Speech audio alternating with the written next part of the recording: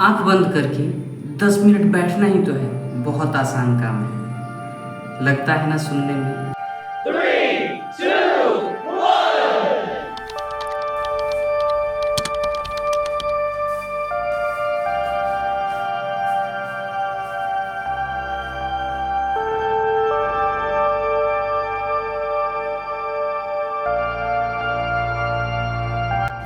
जब मैं 10 मिनट अपने साथ बैठता हूँ तो पता चलता है कि मन एक जगह टिकता ही नहीं है। पैर दर्द करता है, कभी पीठ में दर्द होती है, कभी पोजीशन गड़बड़ है, कभी ख्यालों में कुछ चलता है कि मेरे पास्ट में ऐसा क्यों हुआ, मेरे दोस्त ने ऐसा क्यों कहा, और उसने मुझे धोखा क्यों दिया, मेरी एक्स ने मुझे छोड़ा क्यों।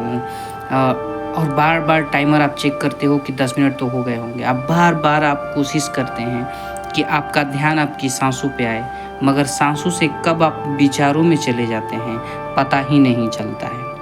और बैठते वक्त आपको कई काम याद आते हैं, 10 काम तो याद आ जाएंगे ही आपको कि ये काम था, वो काम था, लेकिन कोई काम ज़रूरी नहीं था। कम्प्लीटली आप कितने रेस्टलेस हो ये पता लगता है आपको 10 मिनट मेडिटेशन में बैठने से।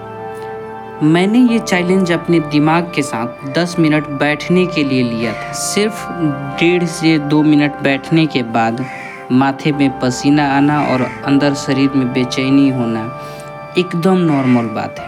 वर्कआउट से भी मुश्किल चैलेंज है ये, लेकिन ये चैलेंज मैंने लिया क्यों?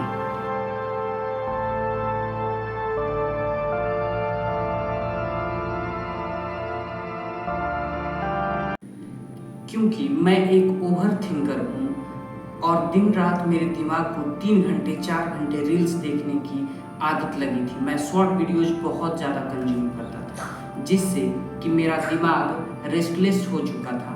और बार बार नोटिफिकेशंस चेक करना मोबाइल की, बार बार किसी के बारे में सोचना, पास्ट के बारे में, फ्यूचर के बारे में सोचना मेरी आदत थी। तो इस आदत से बचने के लिए मैंने 10 मिनट का चैलेंज लिया कि रोज़ 10 मिनट मैं मेडिटेशन करूँगा। जब रोज़ 10 मिनट हम अपने दिमाग के साथ बैठते हैं तो ऐसा होता है कि अपने दिमाग को हम कंट्रोल कर सकते हैं, सेल्फ कंट्रोल बढ़ता है। तो उसको बढ़ाने के लिए मैंने ये चैलेंज लिया था। शुरू के 7-8 दिन बहुत मुश्किल थे। जानते हो क्यों? क्योंकि मैं अपने ख्यालों के पीछे भागता था, उनको सॉल्व करने की कोशिश करता था कि ऐसा क्यों हो रहा है, मेरे साथ नहीं होना चाहिए। विचारों से मेरा युद्ध चलता था, जबकि मुझे ये समझना चाहिए था कि विचार आएंगे जाएंगे, भावनाएं उठेंगी, किसी पे गुस्सा आएगा, किसी विचार पे प्यार आएगा, वो सब आएंगे और जाएंगे, मुझे बस बैठे रहना है। और यही अगर आप सीख जाओ कि विचार आएंगे जाएंगे कोई बात नहीं, मुझे बस देखना है कि कितने विचार आते हैं, क्या होता है, तो आप चाहो तो आप आधे घंटे आराम से बैठ सकते हो।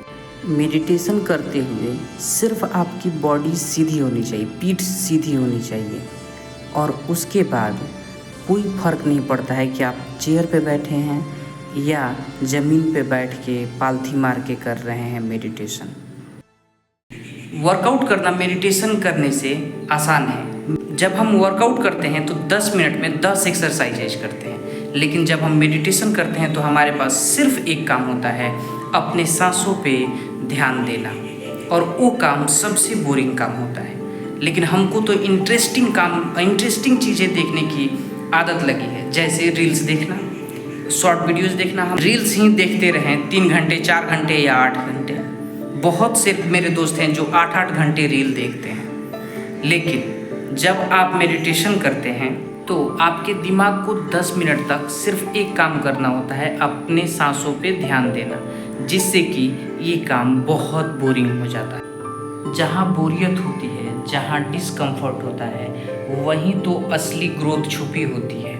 जब आप इतना बोरिंग काम रोज करते हैं तो आपके दिमाग में एक ख्याल आता है कि ये मैं क्यों कर रहा हूँ, इससे क्या होगा, इससे पैसे तो नहीं मिलते, कोई चीज़ तो नहीं मिलती है, क्या फ़ायदा है मेडिटेशन करने से। लेकिन मैंने ये क्विट नहीं किया, चाहे कुछ भी हुआ। अपने अंदर ये सेटिस्फेक्शन रखा कि मुझे चैलेंज है कि मैं 30 दिन तक करूँगा, और आज 75 दिन हो गए हैं मुझे करते हुए। इसके बेनिफिट्स क्या हो सकते हैं वो मैं बाद में बताऊँगा। पहले ये बताता हूँ कि मैंने क्विट क्यों नहीं किया, मैंने छोड़ा क्यों नहीं अपनी इस आदत को। क्योंकि मैंने ये चैलेंज लिया था अपने आप से जीतने के लिए, और अपने आप से हारना मैं नहीं चाहता था। बुद्धा ने कहा है, गौतम बुद्ध ने कहा है कि अपने आप से जीतना 1000 युद्ध जीतने के बराबर है।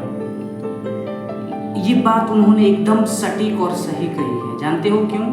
क्योंकि ये अपने दिमाग के साथ 10 मिनट तक आंखें बंद करके बैठना बहुत बड़ा और बहुत मुश्किल काम है, और वहीं पे आपकी ग्रोथ छुपी होती है, क्योंकि आपके पास फोकस होता है।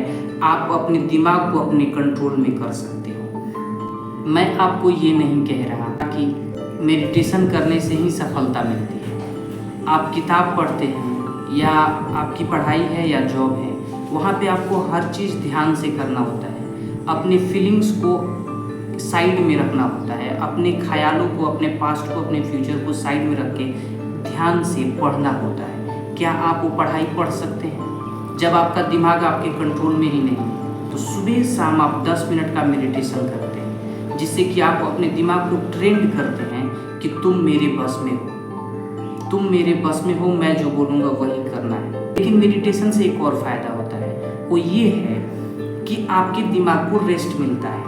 जब आप हायर लेवल पे, जैसे मैं 75 दिन बाद मैं अपने आप को महसूस करता हूँ, तो मेरा दिमाग 10 मिनट के लिए खाली हो जाता है। मेरे दिमाग में कोई ख्याल नहीं होता या कोई परेशानी नहीं, पास्ट फ्यूचर कुछ नहीं, कोई पेन नहीं होता, सिर्फ मैं होता हूँ और मेरी सांसें होती हैं। तो उससे होता है कि आपके दिमाग को एक रीसेट मिल जाता है। जैसे मोबाइल जब हैंग हो जाता है तो मोबाइल को स्विच ऑफ कर दिया जाता है ताकि वो शांत हो जाए। तो दिन भर के काम से थक जाता है दिमाग, हार जाता है, तो उसको भी तो ब्रेक चाहिए। 24 घंटे ब्रेक काम पे लगा रहता है, तो उसको ब्रेक देने के लिए आप 10 मिनट सुबह और 10 मिनट शाम को, या 5 मिनट या 2 मिनट, जितना भी कर सके आप मेडिटेशन करिए। मेडिटेशन करने के कई फायदे हैं।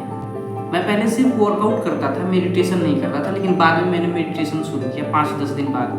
तो मैंने महसूस किया कि मैं ज़्यादा शार्प हूँ और ज़्यादा फोकस्ड महसूस करता हूँ पूरे दिन। और रात में जब मेडिटेशन करता हूँ तो मेरी नींद अच्छी हो जाती है, मेरा दिमाग पहले ही शांत हो चुका होता है और मेरी नींद अच्छी हो जाती है। मेरी अपनी फीलिंग है जो मैं आपके साथ शेयर करना चाहता हूँ। मैं एक ओवर थिंकर हूँ, तो मेरी थिंकिंग जो है एकदम नदी के फ्लो की तरह चलती रहती है, उसमें कोई गैप नहीं होता है, कोई शांति नहीं होती है। जैसे ही मेरे पास्ट के बारे में मैं कुछ सोचूंगा या फ्यूचर के बारे में, chain of thoughts are going on, एकदम continuous, every second, every micro second में मेरे थॉट्स चलते हैं और मैं उनको कंट्रोल नहीं कर सकता था। लेकिन आज मैं उनके बीच में गैप्स हैं, मेरे इस थॉट और इस थॉट में क्या लिंक है मैं उसको समझ पाता हूँ। मुझे ऐसा याद आया तो उसके बाद क्या हो रहा है, उसके बीच में गैप होता है, वो गैप पकड़ना होता है आपको, और वो गैप बढ़ते बढ़ते 10 मिनट तक हो जाता है, जिससे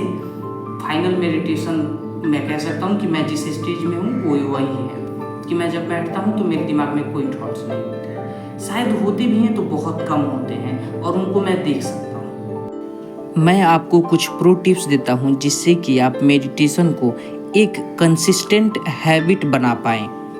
एक जगह और एक समय तय करें जब आप मेडिटेशन करेंगे। जैसे सोने से पहले आप अपने बेड पे बैठिए और मेडिटेशन कीजिए, और उठने के बाद जब आप फ्रेश हो लें तो एक जगह कहीं शांति से बैठ के 5 मिनट बैठें। ये आपको बहुत मदद करेगा आपको कंसिस्टेंसी को मैनेज करने में। दूसरी चीज़ कि आप इसको लिंक करें दूसरी आदतों के साथ। जैसे उठने के बाद जब आप फ्रेश हो लें तो जस्ट बाद या वर्कआउट के जस्ट बाद करें, बहुत आसान होता है क्योंकि वर्कआउट के बाद बॉडी थकी होती है तो आसानी से आप बैठ पाते हैं।